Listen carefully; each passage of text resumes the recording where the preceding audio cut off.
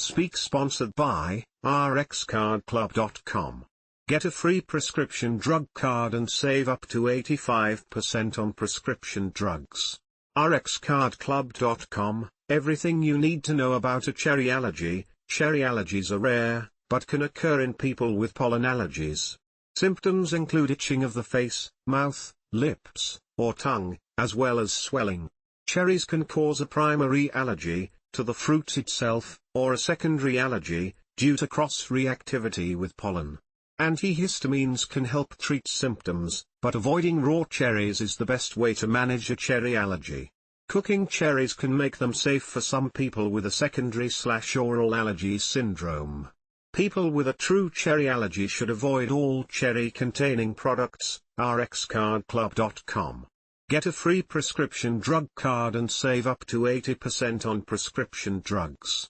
=speak